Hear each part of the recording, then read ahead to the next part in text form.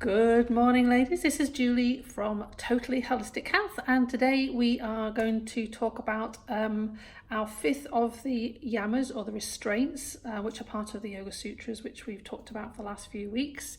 Now, the fourth one is called Brahmacarya, which can translate into things like in past times it was actually translated into things like celibacy, but it's really more obviously a modern lifestyle. You're probably looking more at moderation and sort of like reducing that sensory overload to a certain extent.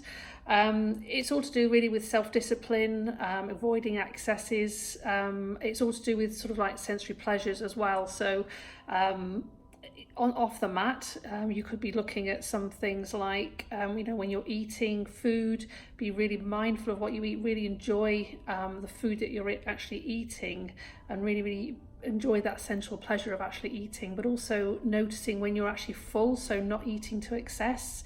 I know a lot of people, and I include myself, tends to find, if I've got a plate full of food, I will eat it.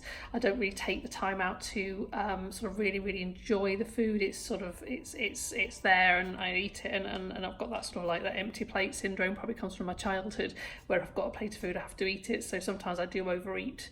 When I don't stop eating basically when I'm actually full. So just being really mindful. So if you eat very mindfully, you eat very slowly, so you're really noticing those sensations in the body, so you will notice that fullness in your body. So stopping eating when you actually get that much is all to do with portion control, I suppose, to be honest with you. On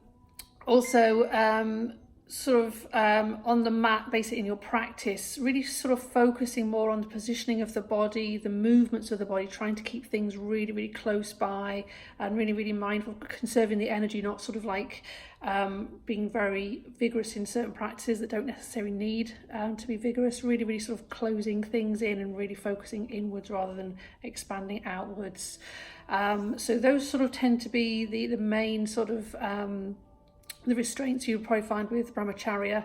I will be doing a little bit of a yoga practice later for you, just so that we can sort of consolidate this one, and hopefully, fingers crossed, I'll be interested in on terms of a daily basis, how your how your practice is, and how you're sort of getting on with all these yamas that we're actually covering in the last few weeks, and sort of how you're changing your lifestyle and changing how you're actually working or living, or your yoga practice generally.